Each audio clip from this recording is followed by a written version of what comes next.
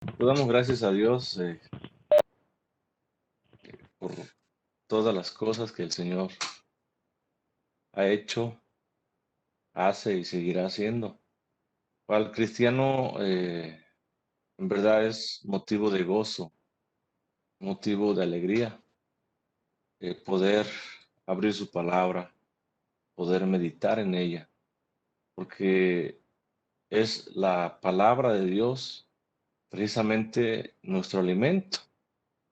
Es la que nos sostiene, la que nos mantiene, la que nos guía, la que nos dirige, la que nos fortalece, la que infunde en nosotros más fe y más dependencia para con nuestro Padre Celestial. Y es a través de la lectura, del estudio de su palabra.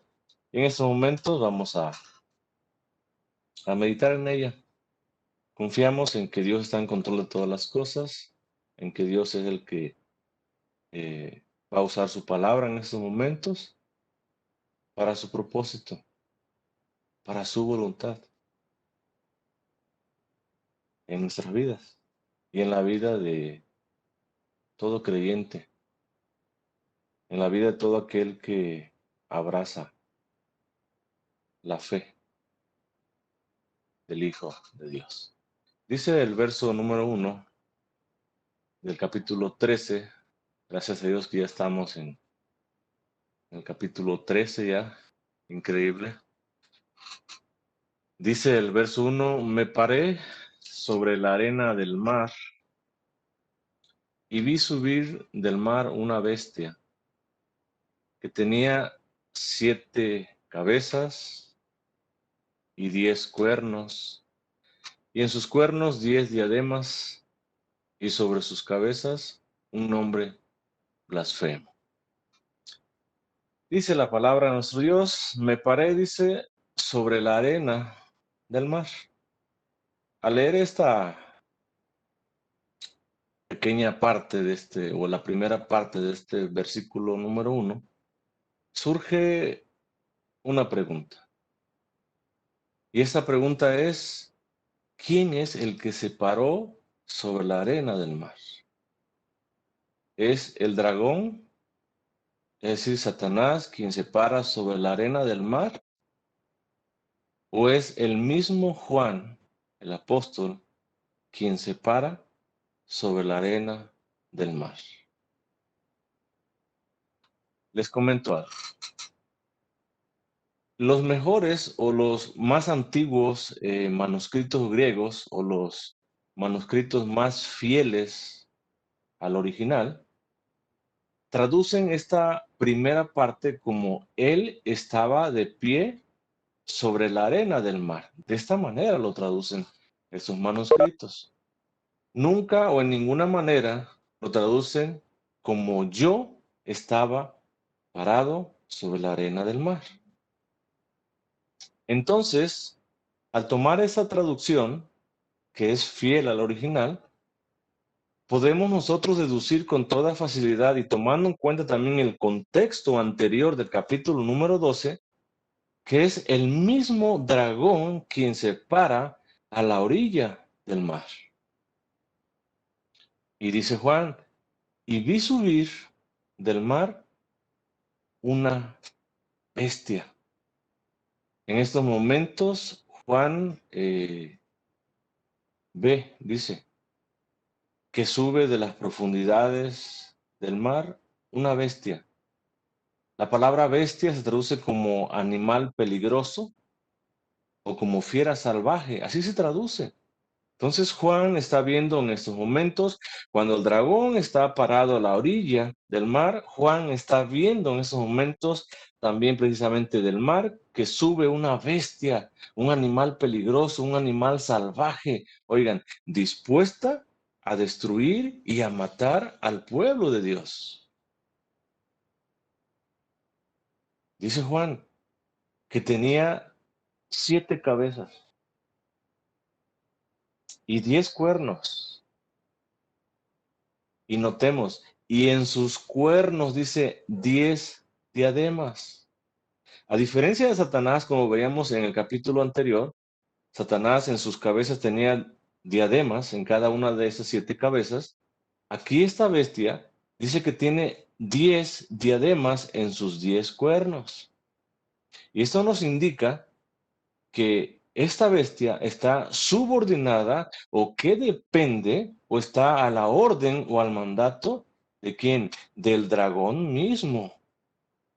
Y que el poder, porque ese diadema significa poder, y que el poder que esta bestia tiene no es de ella, no depende de ella, sino que le ha sido dado o le será dado, ¿de quién? Del dragón mismo.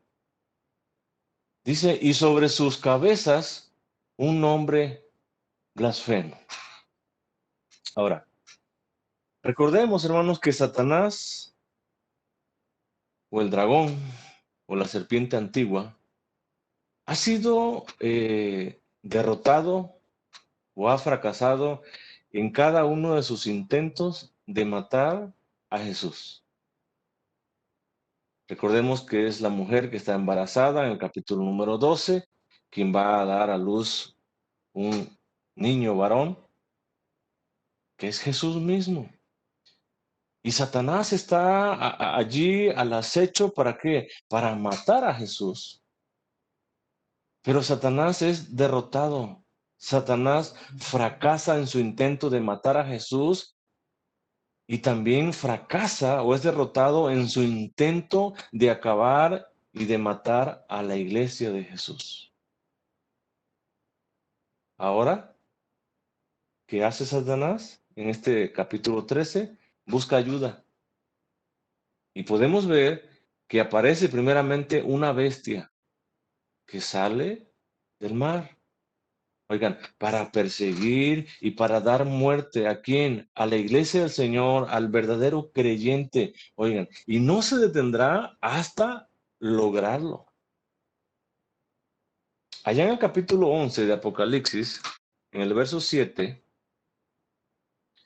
dice Juan, cuando hayan acabado su testimonio, ¿quién? La iglesia, recordemos que está hablando de los dos testigos que simbolizan a la iglesia verdadera de Jesús. Dice, cuando hayan acabado su testimonio, cuando hayan acabado o cuando hayas acabado el tiempo de la era evangélica o el tiempo de predicar la palabra de Dios, dice, la bestia que sube del abismo hará guerra contra ellos, dice. ¿Y qué hará? Y los vencerá, dice, y los matará. Entonces, esta bestia que sale del mar, sale como ayudante o como alguien que va a estar bajo la orden, bajo el mandato de Satanás mismo para perseguir, para dar muerte a cada creyente, a cada persona que confiese que Jesús es su Señor, perseguirá a esta bestia y dará muerte a cada uno de ellos. Y no se detendrá hasta lograr su cometido. Ahora, la bestia que sube del mar simboliza el poder perseguidor de Satanás, es lo que simboliza. El poder perseguidor de Satanás, oigan, a través de las naciones y gobiernos del mundo.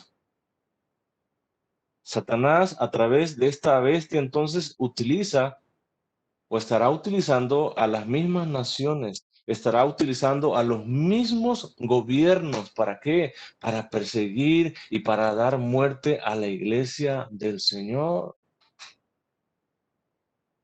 Oigan, y este poder ha estado y seguirá estando presente a lo largo de toda la historia, a lo largo de toda esta nueva dispensación. La bestia persiguiendo, la bestia utilizando a las mismas naciones, pueblos, tribus, lenguas, a los mismos gobiernos para perseguir y para dar muerte a la iglesia del Señor. El mar que ve Juan simboliza las naciones, pero también simboliza sus gobiernos. Esta multitud de naciones y gobiernos son los perseguidores de la iglesia del Señor.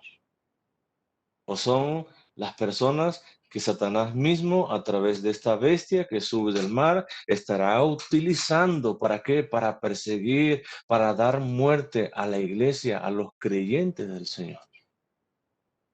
Allá en Isaías capítulo 17, en el verso 12, dice, hay multitud de muchos pueblos que harán ruido. Dice, como estruendo del mar. Y murmullo, dice, de naciones que harán alboroto, dice, como bramido de muchas aguas. Notemos algo aquí, hermanos. El profeta Isaías está relacionando a quienes, a las naciones, a los pueblos, con el mismo bramido del mar. Porque dice multitud de muchos pueblos, o sea, muchedumbre de muchos y de muchos pueblos. Hacen ruido, harán ruido, igual como el mismo mar. Y murmullo, dice, de naciones, ahora habla, dice, naciones que harán alboroto como bramido de muchas aguas. Entonces, el mar simboliza no otra cosa más que las naciones, personas y gobiernos que vienen a perseguir y a dar muerte a la iglesia del Señor. Allá en Apocalipsis capítulo 17, el verso 15, dice, me dijo también, las aguas que has visto, ¿cuáles aguas? La del mar. Las aguas que has visto, donde la ramera se sienta, dice, son pueblos, muchedumbres, naciones y lenguas.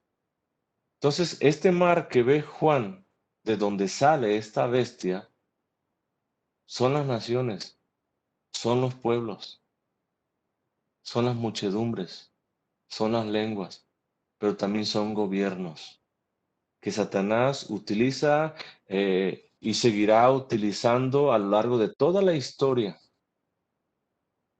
para perseguir, para atribular, para dar muerte a la iglesia del Señor. Esta bestia dice, tiene 7 cabezas y tiene 10 cuernos. Notemos, habla de 7 cabezas y 10 cuernos. Estos números no son literales, sino son pues algo simbólico. Estos números representan algo que es completo, pero también representan la plenitud. Entonces, estas 7 cabezas y estos 10 cuernos representan, oigan, la totalidad, la plenitud, todo lo que es completo, todas las naciones del mundo, gobiernos del mundo que son influenciados y son motivados ¿por quién? Por Satanás mismo. ¿Para qué? Para perseguir a la iglesia de Jesús. Todo el mundo, todas las personas, y siendo influenciados, siendo motivados, siendo estimulados ¿por quién? Por Satanás mismo, por el infierno mismo. ¿A qué? A que se levanten y persigan a la iglesia del Señor. En el capítulo 12 de Apocalipsis, el verso 3, dice Juan, también apareció otra señal en el cielo.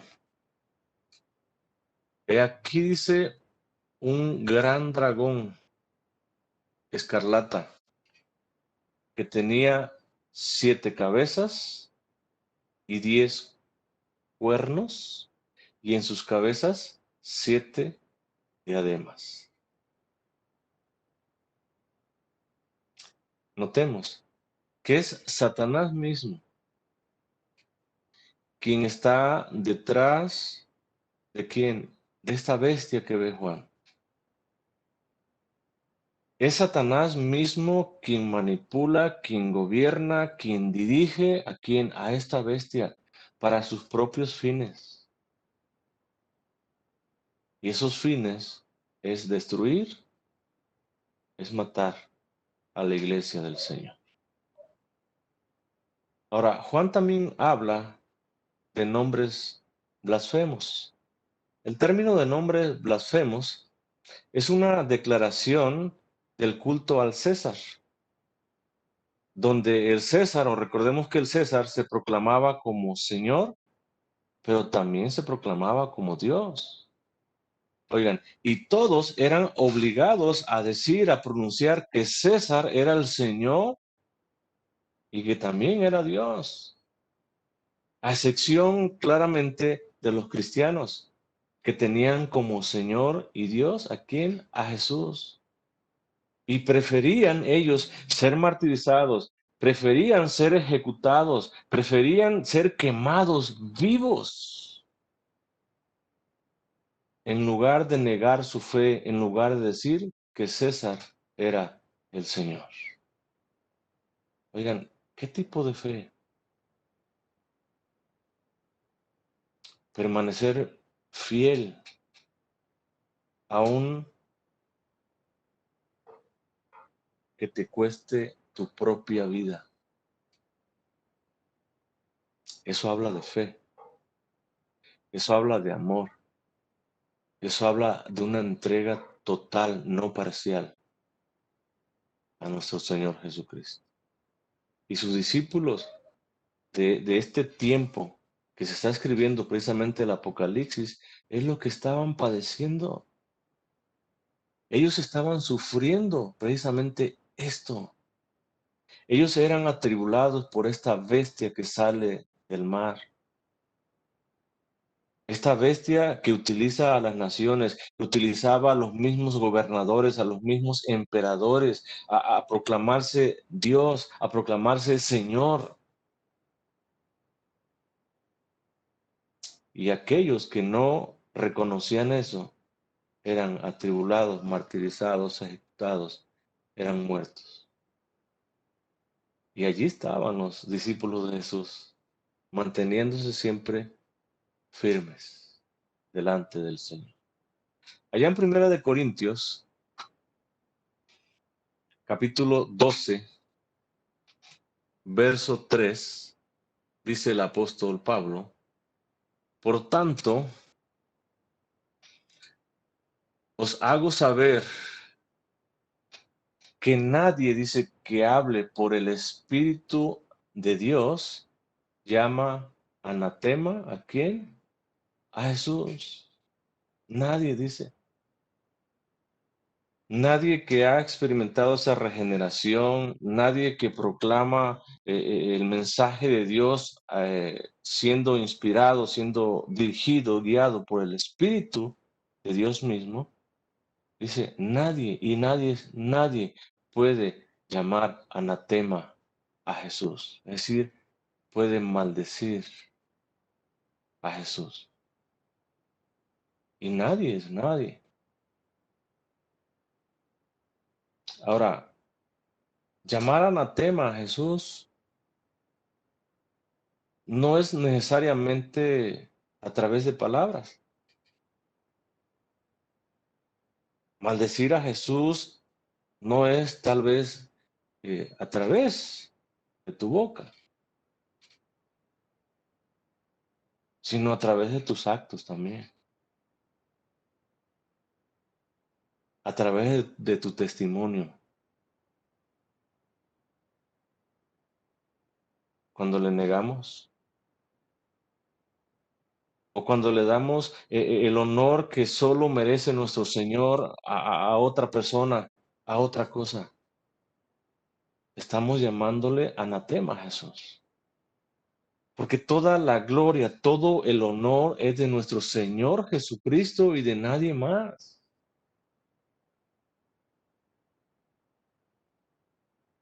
Sigue diciendo Pablo, y nadie puede llamar a Jesús Señor si no es por el Espíritu Santo. Nadie dice, absolutamente nadie puede llamar a Jesús su Señor si no ha sido movido, si no ha sido regenerado por la obra del Espíritu Santo en su corazón. No le podemos llamar a Jesús Señor. Por eso es que el mundo, hermanos, en el tiempo de Juan y en nuestros tiempos también, con mucha facilidad blasfeman y maldicen el nombre de Jesús. Pero nosotros que hemos experimentado esa transformación gloriosa por esa obra regeneradora del Espíritu Santo en nuestra vida, en nuestro corazón, podemos llamarle con toda libertad Señor y Dios. ¿A quién? A nuestro Señor Jesucristo. Nosotros que hemos sido transformados, podemos venir a sus pies, podemos abrazar sus pies, podemos rendirnos en completa adoración a nuestro Señor allí postrados a sus pies, diciéndole al Señor Jesús, tú eres mi Dios, tú eres mi Señor, tú eres mi Salvador y a ti te proclamo, a ti te reconozco como mi Señor y como mi Dios. Y a diferencia del mundo, al mundo del tiempo de Juan no le costaba nada decir, César es el Señor, César es Dios. Pero a los verdaderos creyentes, esos, ni aun a pesar de las torturas, ni aun a pesar del sufrimiento, pronunciaron o dijeron que César era el Señor, sino al contrario, rindieron su vida o dieron su vida por causa de su fe en el Señor Jesucristo. Blasfemar también, hermanos, es calumniar. Blasfemar es difamar todo lo que es santo. Y en el verso 6, ahí de Apocalipsis capítulo 13, dice, y abrió su boca en blasfemias contra Dios, en calumnias, o difamando a quién, a Dios mismo. Dice, para blasfemar, ¿qué cosa? Su nombre, el nombre de Dios, para calumniar su nombre, para calumniar su tabernáculo. Y no nada más eso. Y de los que moran, ¿dónde? En el cielo.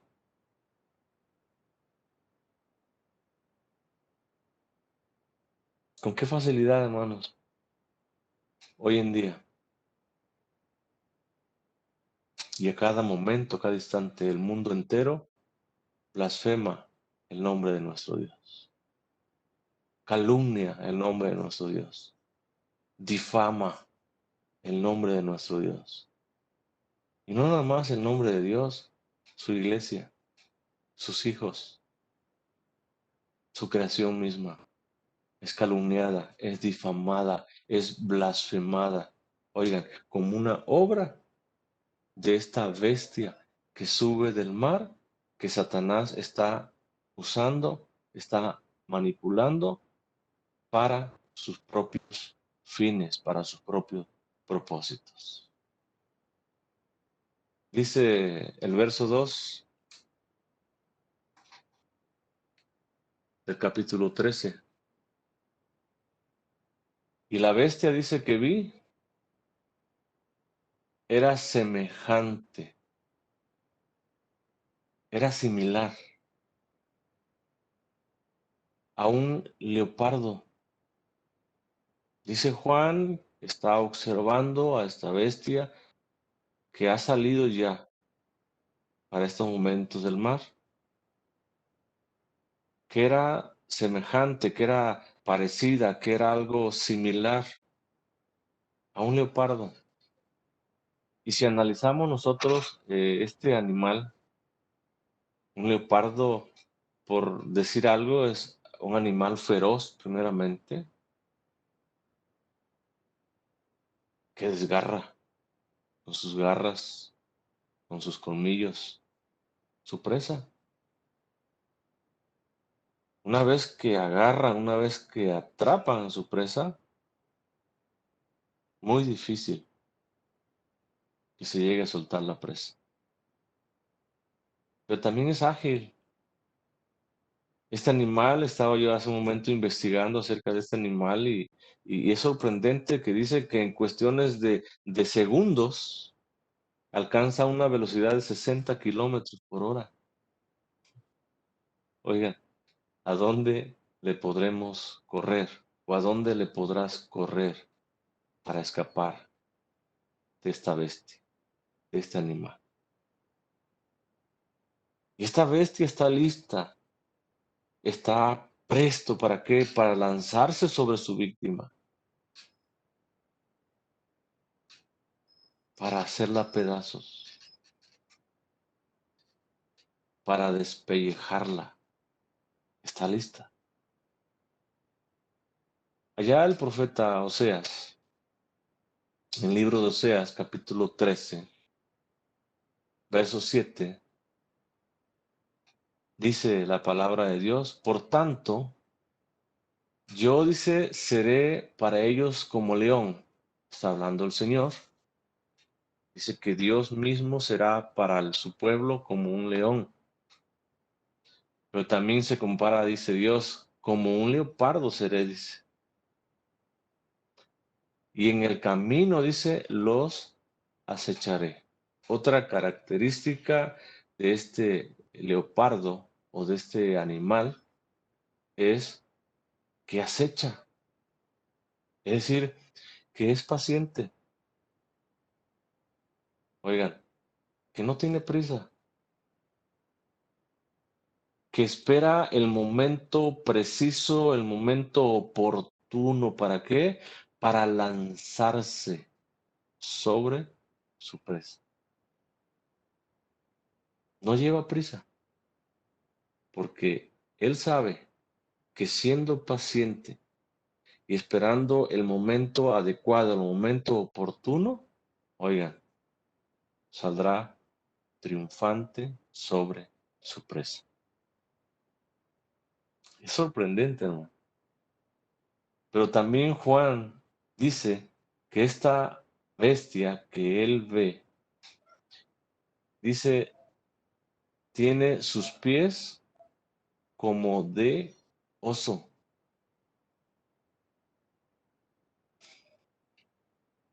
¿Cómo tienen los pies los osos? No me contesten, piensen.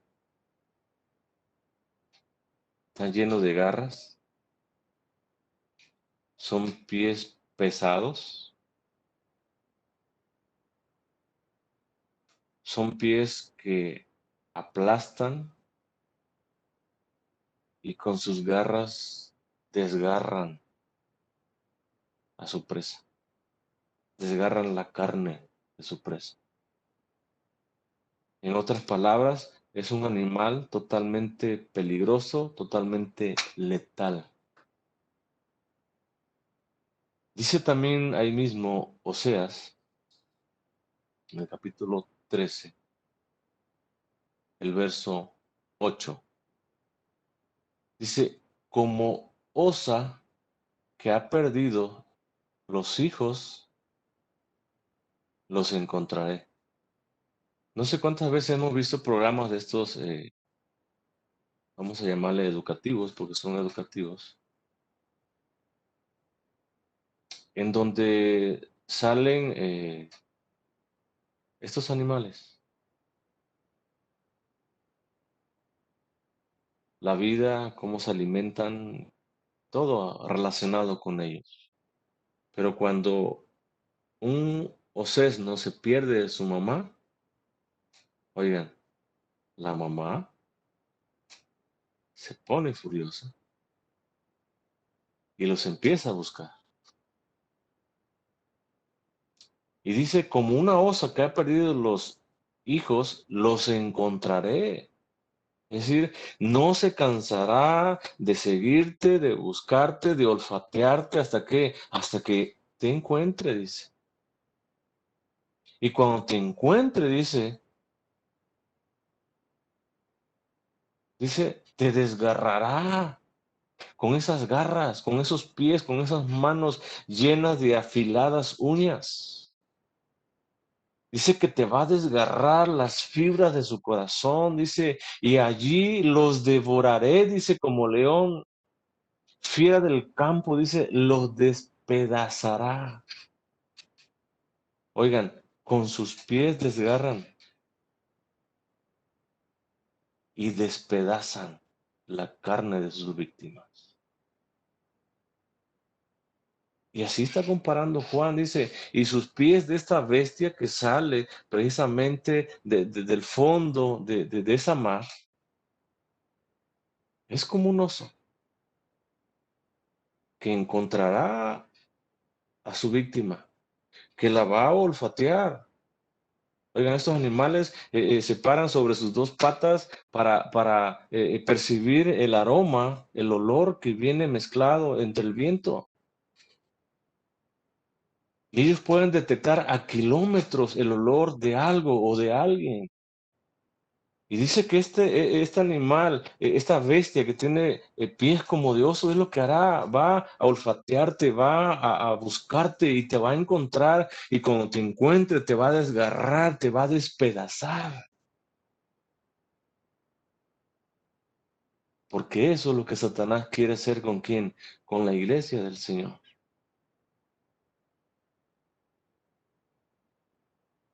Quiere matar, quiere destruir, quiere acabar totalmente la iglesia del Señor. ¿Por qué? Porque no pudo. ¿Con quién? Con Jesús. No pudo acabar con Jesús. Entonces, al verse derrotado, viene con toda su furia ahora, y no nada más con toda su furia, al ver también que no pudo acabar con la iglesia del Señor, cuando dice que de su boca salió un río de aguas y la tierra ayudó a la mujer y absorbió esa corriente de ríos.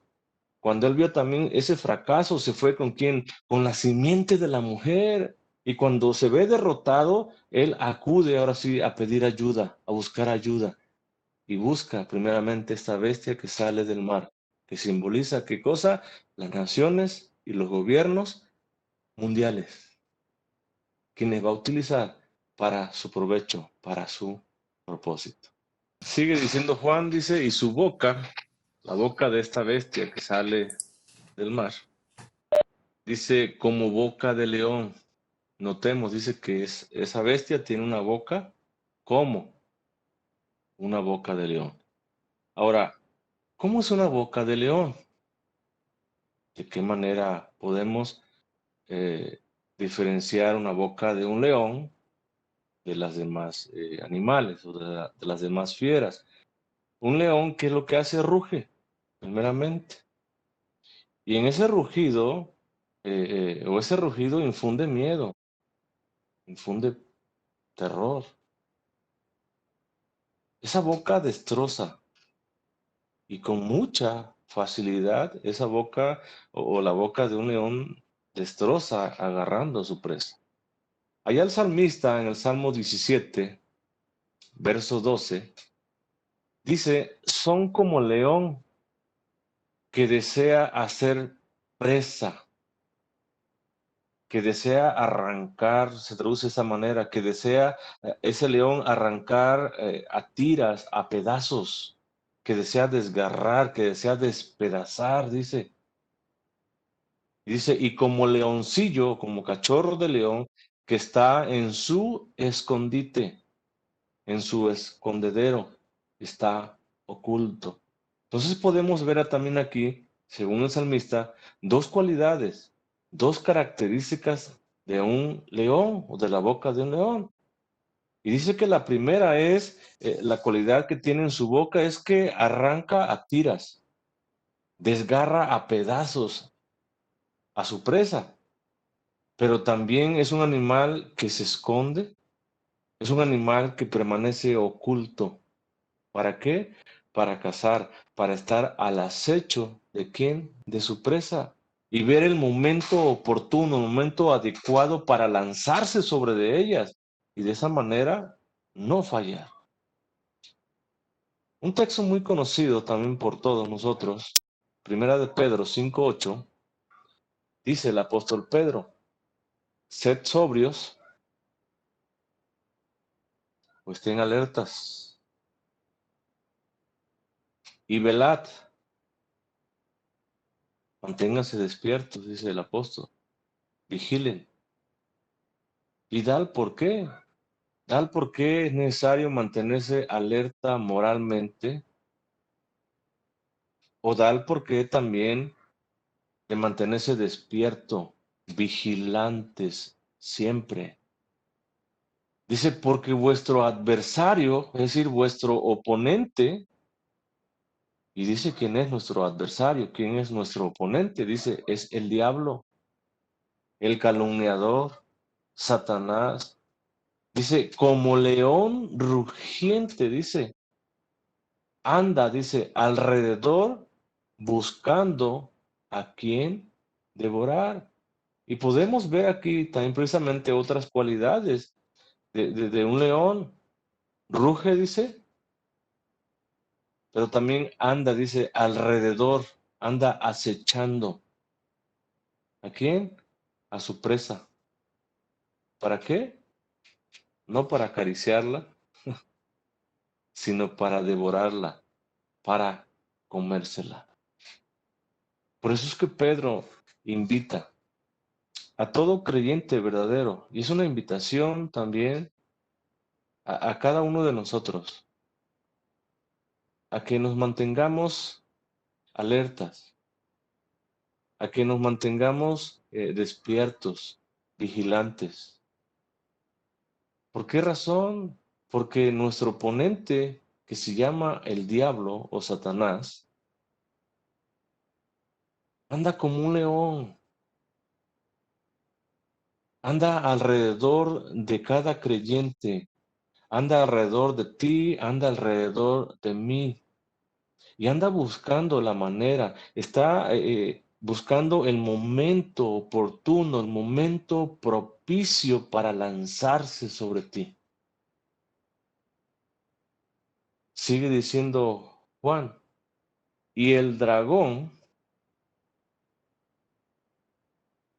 vamos en el verso 3, la serpiente, recordemos que es el dragón, la serpiente antigua, Satanás, dice, le dio su poder, le dio su fuerza. ¿A quién? A la bestia. Esta bestia simboliza el poder anticristiano, recordemos. Simboliza el anticristo mismo y utiliza a las naciones, utiliza a los gobiernos para acechar, para perseguir, para matar a la iglesia del Señor. Allá en segunda a los Tesalonicenses, capítulo 2,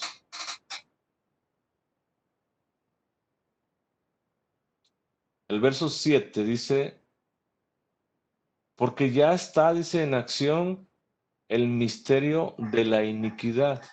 Notemos lo que dice Pablo, que ya está en acción, es decir, que ya está operando. ¿Qué cosa? El misterio de la iniquidad.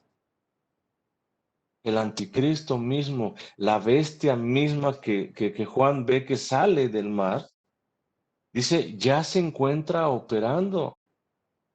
Y está operando desde allá, en el momento que está siendo escrito el Apocalipsis. Por ese motivo se escribe Apocalipsis, porque la iglesia estaba siendo atribulada, estaba siendo perseguida, estaba siendo ejecutada, muerta.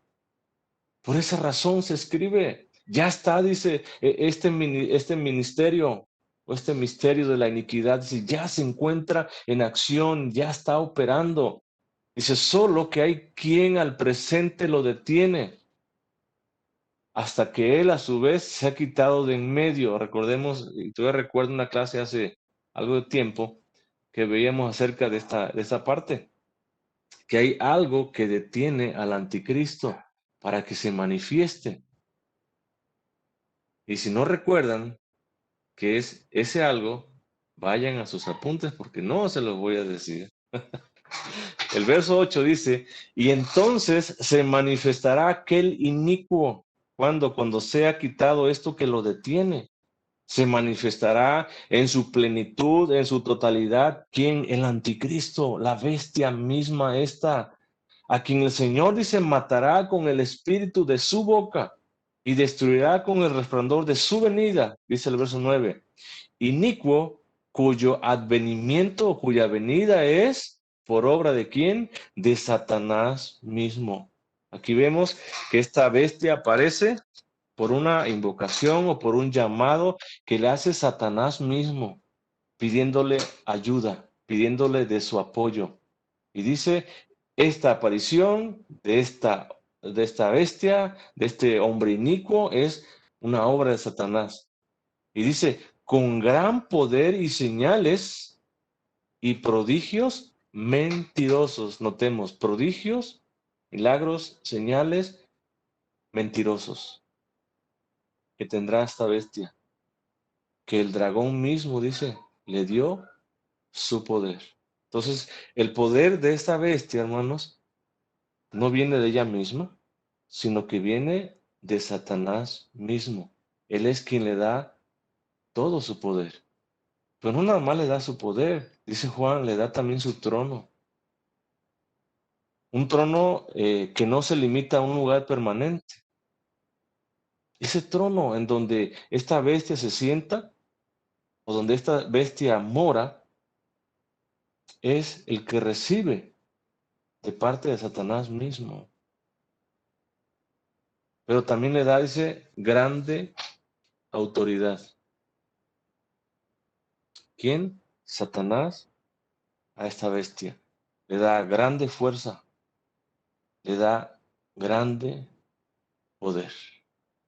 Entonces, Satanás, hermanos, o el dragón, es el que le da el poder a la bestia. Y le da un poder a esta bestia sobre todos los reinos de la tierra. Y esta bestia que sale del mar lo obtiene o lo tiene en sí. El poder que Satanás les da, el poder que Satanás tiene sobre todos los reinos. Recordemos que Satanás es el príncipe de este mundo. Satanás tiene poder sobre este mundo, sobre esta tierra. A Satanás se le ha dado, se le ha entregado ese poder, es a él quien lo tiene. Y Satanás entonces se lo da ¿a quién? A la bestia. ¿Para qué? Para que actúe, para que persiga, para que traiga tribulación, para que traiga aflicción, persecución, muerte. ¿A quién? Al pueblo de Dios, a todo verdadero creyente.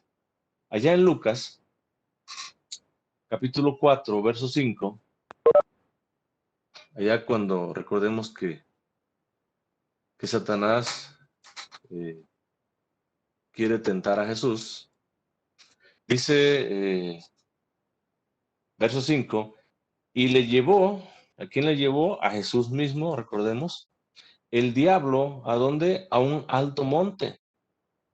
Y le mostró, dice, en un momento todos los reinos de la tierra. ¿Quién le llevó? Satanás a Jesús a lo alto de un monte, a lo más alto. Y desde allí Satanás le muestra a Jesús todos los reinos de la tierra. Dice el verso 6. Y le dijo el diablo, a ti te daré toda esta potestad y la gloria de ellos. Satanás le está diciendo a Jesús, a ti te voy a dar todo este poder, toda gloria de todo el mundo, de todas las naciones, de todos los reinos te los voy a dar a ti. Dice, porque a mí me ha sido entregada y a quien quiero, la doy. Entonces notemos que Satanás tiene poder, tiene autoridad. ¿Sobre quién? Sobre todos los reinos de la tierra. Él es el que al parecer gobierna toda la tierra, todos los reinos. Y esta autoridad, este poder, Satanás o el dragón, se lo da. ¿A quién? A la bestia que sube precisamente del mar. Verso 3 dice, y vi una de sus cabezas,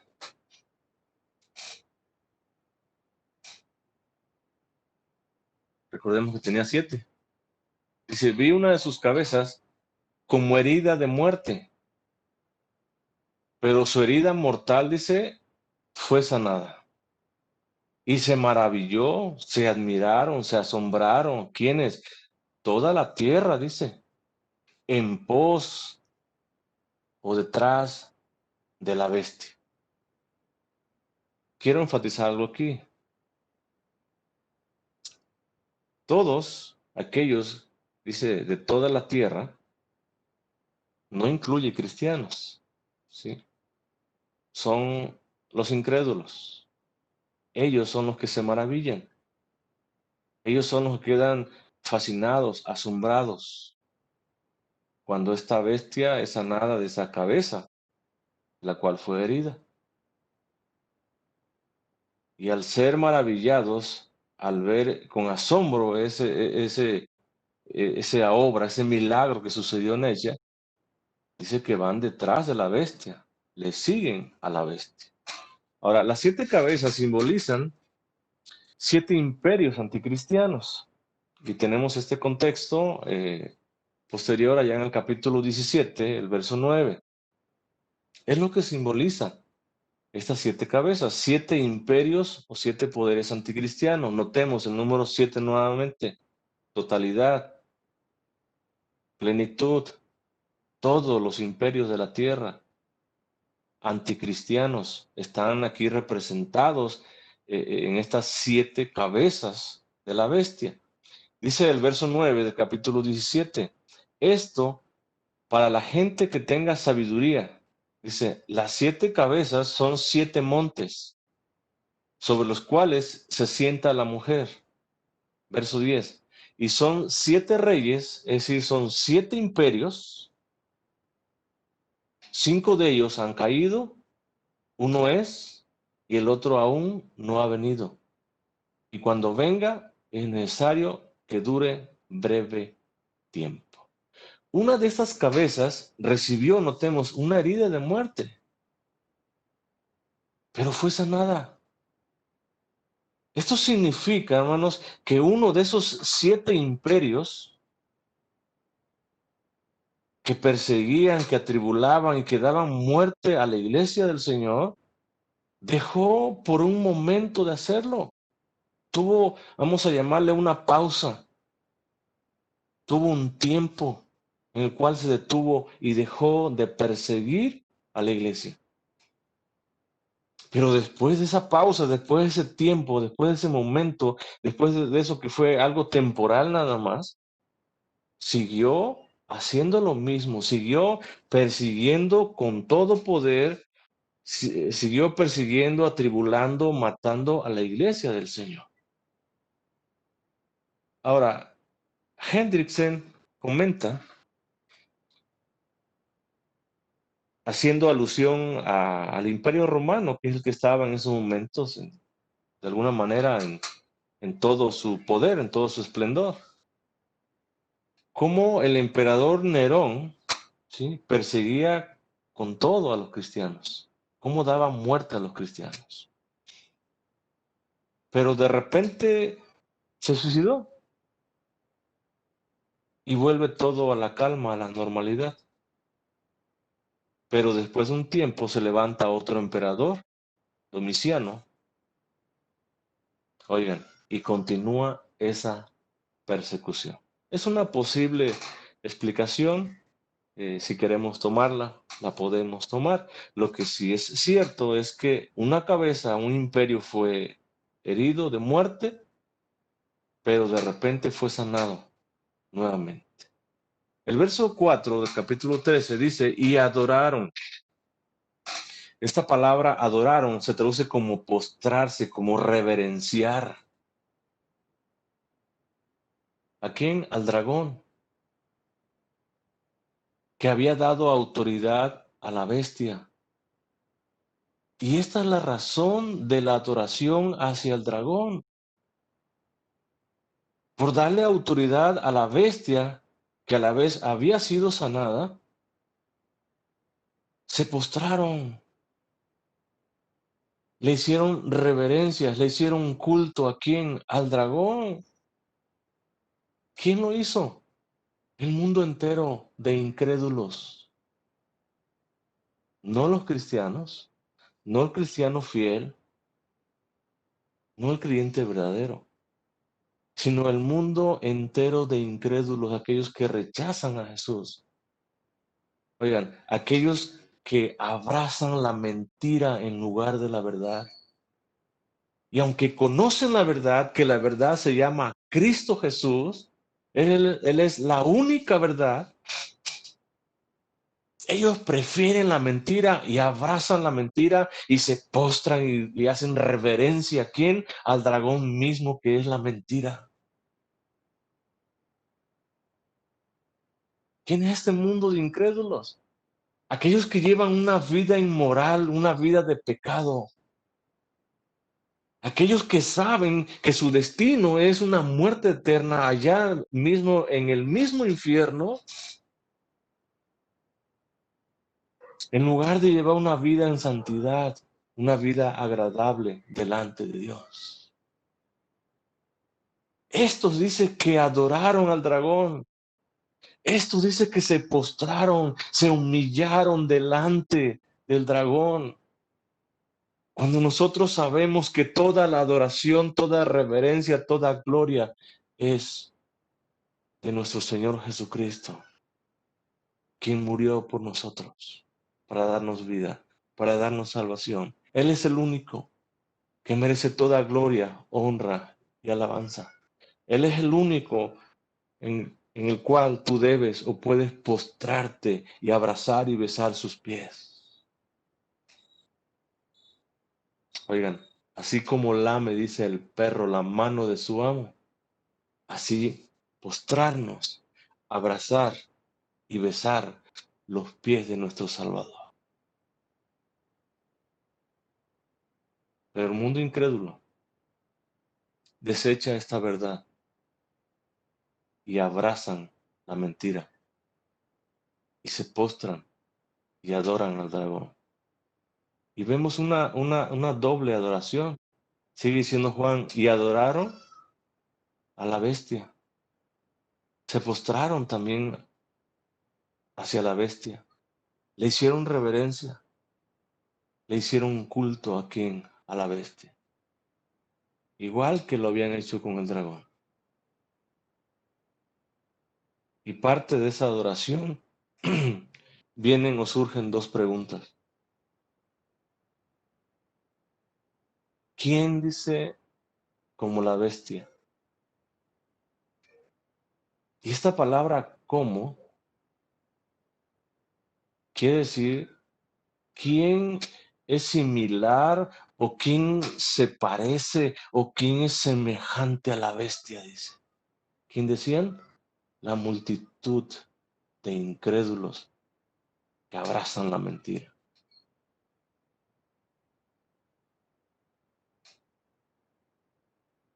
¿Quién podrá, dice, luchar? ¿Quién podrá pelear contra quién?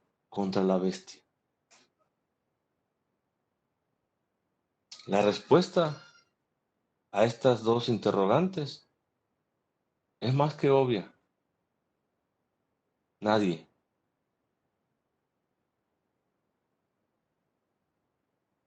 Nadie es como la bestia. Nadie puede luchar contra la bestia aquí en la tierra. Con la autoridad que la bestia ha recibido de Satanás mismo. Oigan, nadie terrenalmente puede oponérsele a la bestia. ¿Por qué? Porque tiene poder, porque te puede desgarrar, porque te puede hacer pedazos. porque te puede acechar, porque te puede perseguir, porque te puede esperar ahí esperando el momento oportuno, te puede cazar. Y tú no puedes hacerle frente. Tú no puedes pelear en contra de ella.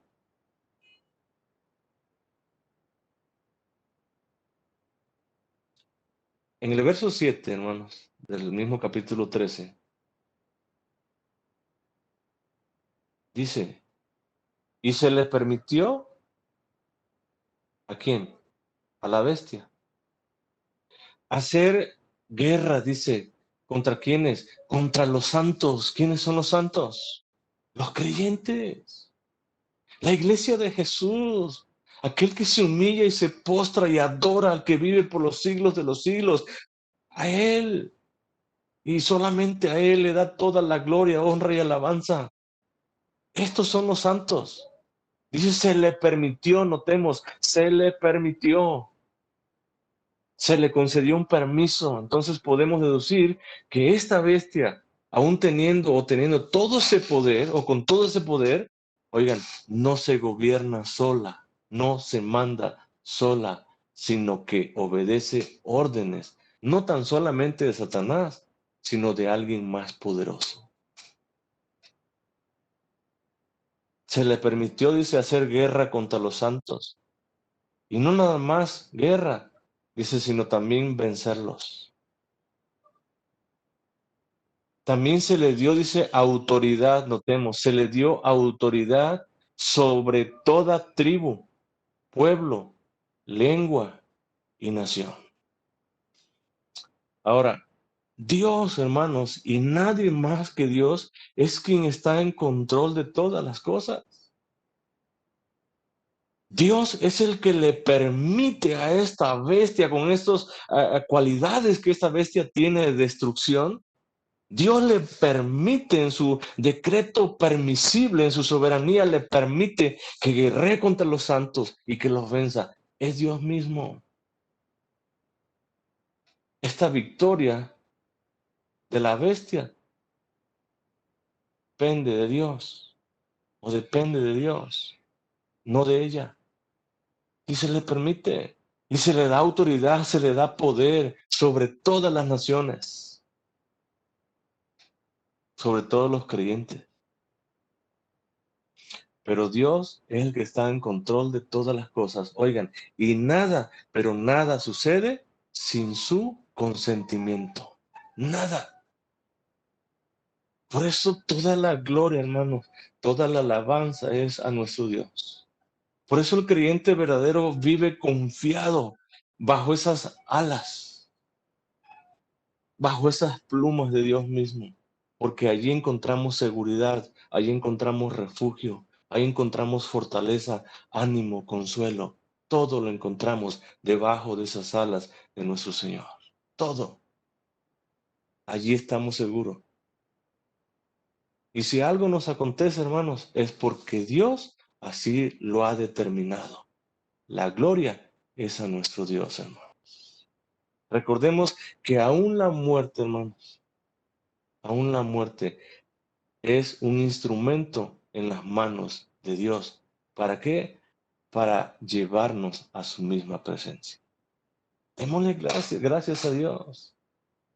Démosle gloria a nuestro Dios. Y sigámonos, hermanos, en verdad esforzándonos cada día. Sigamos adorando, sigamos rindiendo nuestra vida delante de nuestro Señor.